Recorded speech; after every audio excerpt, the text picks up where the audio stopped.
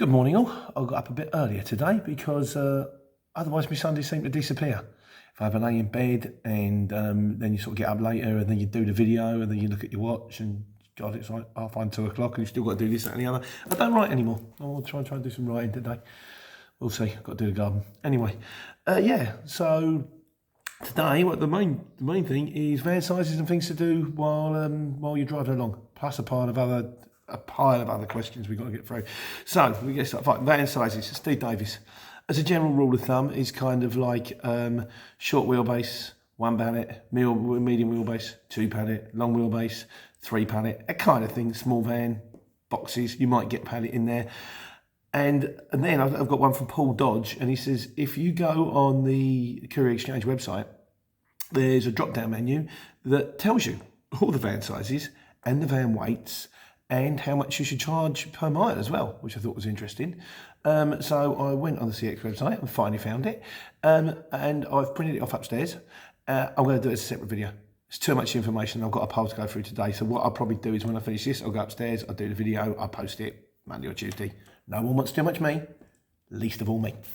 Right, things to do while driving. Harper Valentine, who's a guy that I used to know when I used to do the market, and he's this kind of alternative guy. He used to be a photographer, he's written books, he sort of climbs. He's a bit he's a bit alternative, he's a bit out there. He's got his own channel, if anyone's interested. If you check Harper Valentine on YouTube, might be your thing, might not be your thing, don't know. But I'm sure he'd be very grateful for the subscribers because it's very difficult to get out there on the YouTube thing. I was lucky. I said the words Courier Exchange. Didn't know what was going to happen. Anyway, there you go. He says passenger pub cricket. He said there's 2 of you in the van. It's to do with every time you pass a pub and to do with the names of the animals and how many legs on the animals. And anyway, there's a long description.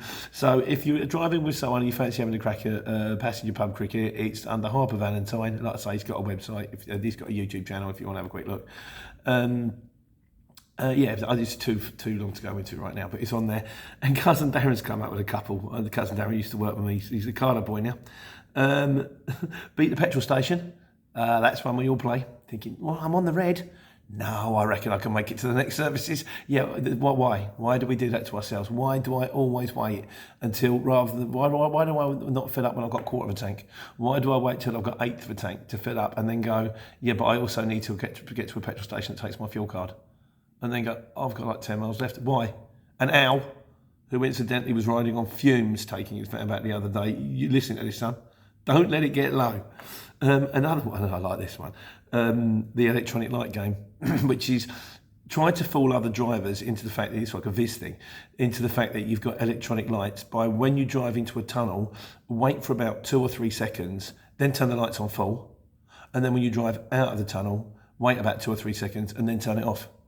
I do this every time and laugh. I had a friend of mine, my mate Corners, who was the best man at my wedding, and when we used to listen to tapes, and he'd have we were driving along, and the tape's playing, and then the record that he'd recorded on the tape started to jump, so he bangs on the dashboard, and then of course the tape resets itself, but it's recorded, and I looked at him, and I went, I bet you do that when you're on your own. He said, yes, I do, and I laugh every time. I don't know if that makes sense. Anyway, normal questions. So electronic light game, I recommend it. It's kind of something you do on your own. Makes me smile. Mark Lackland, first week on the CX. He went out a little bit. Happy so far. Well done, mate. Long may it continue. Stupidity is not a disability. Right, the thing we touched on this last week, terms and conditions. Whose terms and conditions apply? Which is, if you say, for example, when they book you, my waiting time is £25 an hour, and it says on their terms and conditions, my waiting time is we pay £15 an hour after, and you say after the first 20 minutes, and they say after the first half an hour, and then you're on site for an hour and a half, do they have to pay your waiting time, or do they have to pay the other waiting time? Apparently, the CX are looking into it. As stupidity is not a disability, he makes out, he said, in other works of life, if you book a subcontractor, their terms and conditions apply because you booked them. And I kind of think, well, that's all well and good, but on the CX you could say that the shipper could turn around and say, yeah, but you took the job. So when you took the job, you knew our terms and conditions. I don't think it's really too much of an issue. I think what you tend to do in all situations is you have to negotiate with the shipper. I had one this week where I turned up to move a pallet, and it was gym equipment, and it was on the driveway, and they said it's on the driveway, just pick it up. And when I got there was a 10-ton truck with a guy from Knights of Old, and he said, "Oh, I've come to pick this up as well." Why does that keep doing that? It keeps bringing it out of focus. He said, "I've come to pick this up as well." He said, "But you won't get paid if you don't take it, will you?" And I went, "No." He said, "Well, you better take it then." I thought, "Thank you very much." So the two of us got this pallet down a driveway, which was on a fairly steep gradient, got it onto my tail, not a hope. It just went, brrr. So then we put it onto his tail, and his tail lifted 700 kilos, and it went up, only just. So this stuff must have weighed, oh, Christ knows.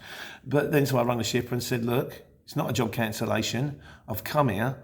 I've driven out." I said, "The job was 70 quid. I said, "But the thing is, the last part of the job was the easy part. I'd have just put the pallet on my tail lift. I'd got it to the tail lift. All I had to do was take it up and move it over there, then driven to Luton, which is on my way home, pulled into the yard, and a bloke with a fork truck would have just taken it off, and then I'd have gone home." So in the end, the cancellation fee would have been £25, but I did do some of the job. We settled on 40, driver assist. And I went, "That's fine with that. I'll take that. I'll do like an hour and a half's work out of my way for 40 quid. You know, I'm fine with that." So talk to them. Most people are reasonable. Be polite. I keep saying, be polite. Just don't, there's absolutely no reason to have a row. The world is too much of a dark place to keep fighting each other. You know, so just be polite, talk to them. Hopefully you'll come to some kind of decent arrangement, like, you know. There we go. What are we on to now? Right, we're on the sat navs as well. Gold Ink. It's just stop being so tight. You're making enough money off the drivers. Book yourself a sat nav. I'm doing okay, mate. I'm doing better. You know, like I say, you can see with this thing around you. I bought this back when I had money, and then I spent 10 years desperately trying to fight it. Nearly lost it 3 times, and now I've got a hangover from my old life. And yes, I am doing better, but still, I'm mean with myself. I think, well, Waze works fine. Why do I need a sat nav? Why do I need it? But then, having said that, and this drives me mental as well. I should get one. I should get a truck one. I had a job the other day, 3 drops, dropped the second one in Brixton, and then I had to go somewhere south, can't quite remember where, somewhere in Essex. And of course, Waze throws me out through the Rotherhithe Tunnel because there's no way to get out. And I'm thinking, well, I was on the Norwich for 18 months. I know my way out, so I can either go out through Tower Bridge or I can go out through Blackwall Tunnel. And then in the end, that didn't work out, and I ended up going south. And presumably, if I'd had a truck sat nav, that might have saved me time and saved me money. I might have got another job. So yeah, I know, mate, I should get one. I should. And also, while we're on the subject, Deezer says, with the TomTom, if you buy the 6,200, then there's a bit of fee on top. If you get the 6,250, it's free for life. I'm going to look into it. Maybe I kind of think, you know what I'll do? It's one of those, I'll do it tomorrow. Waze works. I like Waze. Waze is fine. I won't even get Spotify because I'm too mean to pay £10 a month on music. I think, well, I don't spend that much on music, but I miss it. So maybe I'll just have to let it go a little bit. I remember, on a separate note, Eddie Stobbard saying, I remember a thing from Eddie Stobbard, and he said, I've got millions of pounds in the bank, and I still believe that if I don't get up and go to work tomorrow morning, I'll lose everything.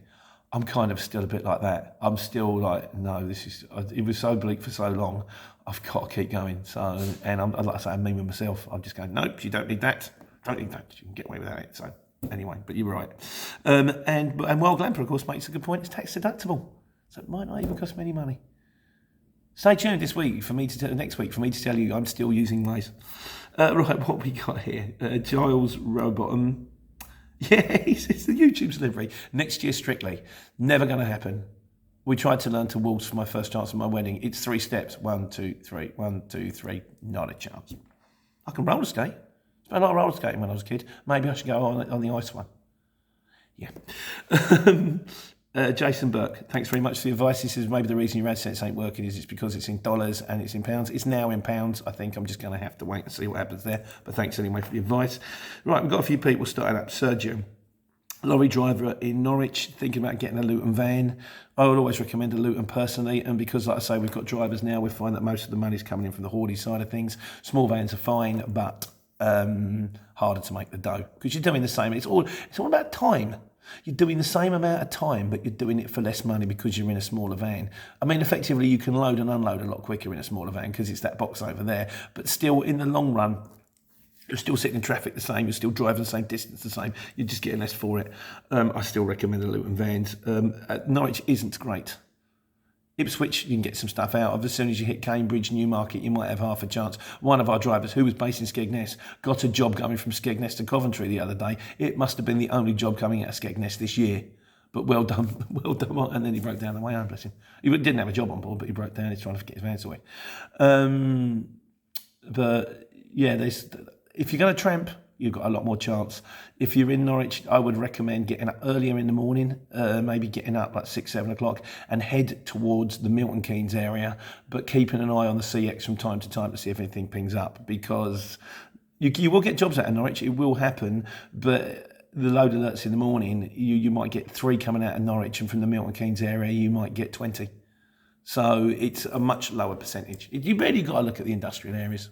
Where there are industrial areas is where stuff tends to come out of, and Norwich tends to be very much farmland.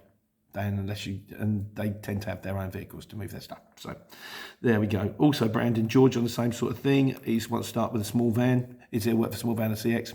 I would say 70% of work on the CX is probably small van. And insurance. He did quoted a figure. He said, "Is this dear?" Insurance is how long's a piece of string.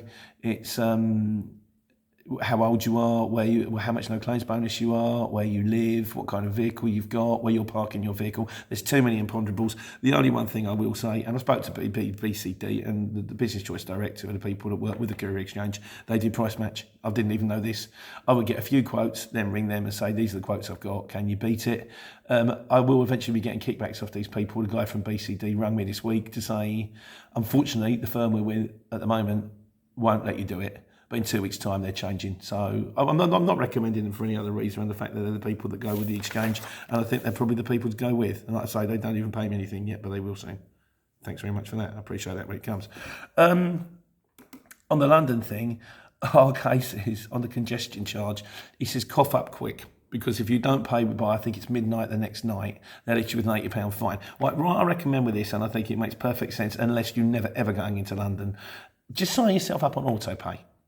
So for congestion charge and also for the Dartford toll crossing and anything that can actually buy, just sign yourself up for autopay. That way, if it clocks your number plate, it will just take the 10 quid out your account. As opposed to if it clocks your number plate and you're not set up for autopay and you haven't paid within 2 days, they'll hit you with an £80 fine.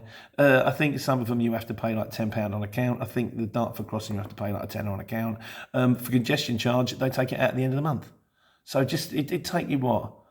Even if it takes, a couple of hours, an hour, just to ring them up, sign yourself up, give them your bank details. Even if you're based in Scotland, you can guarantee one day you're going to get a job going from Scotland to Westminster. It's going to be worth a mega amount of money, and then you're going to go on it, and then you're going to forget, and then you're going to do the money and think, why did I do that? Just sign yourself up for autopay. It's just the easiest way to do it. Right, and on the subject of going into London, like JH says, he says, you think about getting a Luton, but not getting a Euro 6. I did exactly the same thing. My Luton's a 15 plate and it's a Euro 5. And when I said, and it is very frustrating. So I said, well, I'll be able to move into the zone. No, it's got to be Euro 6. So unless you've got one of those brand new £30,000 Mercedes that looks like the inside of which looks like the Starship Enterprise, then you're going to have to pay to go into the zone. But my Luton was 10 grand and one of those is 30 grand. And I'm not giving somebody another 20k just so when I drive into the zone, which I don't do every day, maybe if you did runs into the zone every day, it might be worth your money. But even then, I'm not sure. Just so that I'll give someone £12.50. And yes, it is just a tax on poor people, I know. But it's very frustrating. I kind of figure that if you work in the zone, I can understand why people don't want to run in the zone, because there is a problem in the fact that, like I said, that Brixton job I had to do probably took me 4 hours. Because by the time I had to drop in UB, then I had to get into Brixton, then it rained, then the whole thing gridlocked, and it probably 2 hours to get into Brixton, get it tipped, and then 2 hours to get out again. I'm only getting 50 quid for the drop. Well, I got 150 for the 3 drops. But if the Brixton drop hadn't been on it, if the Brixton drop had been somewhere like Red Hill, I'd have done the whole job 2 hours quicker. So you just got to be wary about London. And the problem is a lot of people go, well, yeah, okay. but the job's only worth 70 quid because it's only like 20 miles. Yeah, it might only be 20 miles, but why am I going to take a job that's going to take me 4 hours or 5 hours when I can take a job for the same money that's going to take me 3 and go and fetch another one? Just quote them accordingly, and if they don't want to pay it, let someone else do it. As Dave says, Dave the cab driver, hello mate, there's plenty of work for those who work for nothing. Be wise, and if the job ain't worth the money, go on to another job, let someone else do that one. How we doing? Got a few today, like I say. Tusk Universal, Tusk Universal said he's going to... Now, this is another interesting one, actually. A video on the negative points. Because I do tend to focus very much on the... I'm pretty much optimistic guy, and I like the exchange, and it's worked for me. But there are negative things about it. Yes, there are. I'll tell you what. And he said he might do a video on it. And I said, if you do, I'll give you a link. Well, I'll tell you what, Tusk, if you don't, I will. I'll do one next Sunday. So this is a question to everybody out here. What are the things you don't like about the CX? I'm trying to give like a balanced account here. I'm not going everything. If it's roses, and I keep saying, and I do keep saying, it's not a bed of roses. It's not a magic wand. You get out what you put in. It's not like, don't expect to just sign up to the CX, lay in bed all day, and then at the end of the month have £1,500 in your bank. It doesn't work that way. Life doesn't work that way. But there are things about the CX which aren't good. So if anyone wants to leave comments, please do. And next week we'll do a Sunday Q&A. What's not good about the CX? And I'll start you off. One thing I don't like about it is you don't know what you're going to get when you get there. And sometimes you buy a load and it'll go, a Luton van required going from Luton to... Now some people, normally if it's handball, they're supposed to put in handball. Please allow some money from time because you're going to have to shift 50 boxes. But sometimes you go, all right, I'll have that job, that's lovely. And you think probably pick a pallet up there, be forked on, forked off. And then it comes through on the notes and it's like, oh, it's an airport. Oh, it's a hospital, and I instantly know that's going to take me half an hour to find the place because hospitals are huge. And there are certain things I think should be flagged up because there is a big difference between turning up somewhere and having a pallet forked on and then driving it somewhere and having a pallet forked off, as opposed to turning up somewhere where you've got nowhere to park and then you're going to spend 20 minutes trying to find the guy that you've got to get it from and then do the same at the other end. So it's something I don't like. The whole thing's a bit of a mystery. Having said that, it also does make it a bit of an adventure. And I have said before, there are some jobs where you think, oh, this is a dream. And there are some jobs when you go, oh, God, I can't wait for this to finish. But then again, this is where the end users come in. This is where you want to focus if you can. And you can't do it from the CX because you're working for someone else because you're subcontracting. But there are ways, and it's not easy, to get end users. Once you get your end user, you know where you're going. You normally know where you're dropping off. I've got one guy. I know exactly where I'm picking up. I know everyone there. We have a cup of tea. It's 3 or 4 sites on any one go. They pay decent money. It does get easier. But yeah, there are things wrong with the CX. So this is my call out to all you guys. I'm doing my bit here now.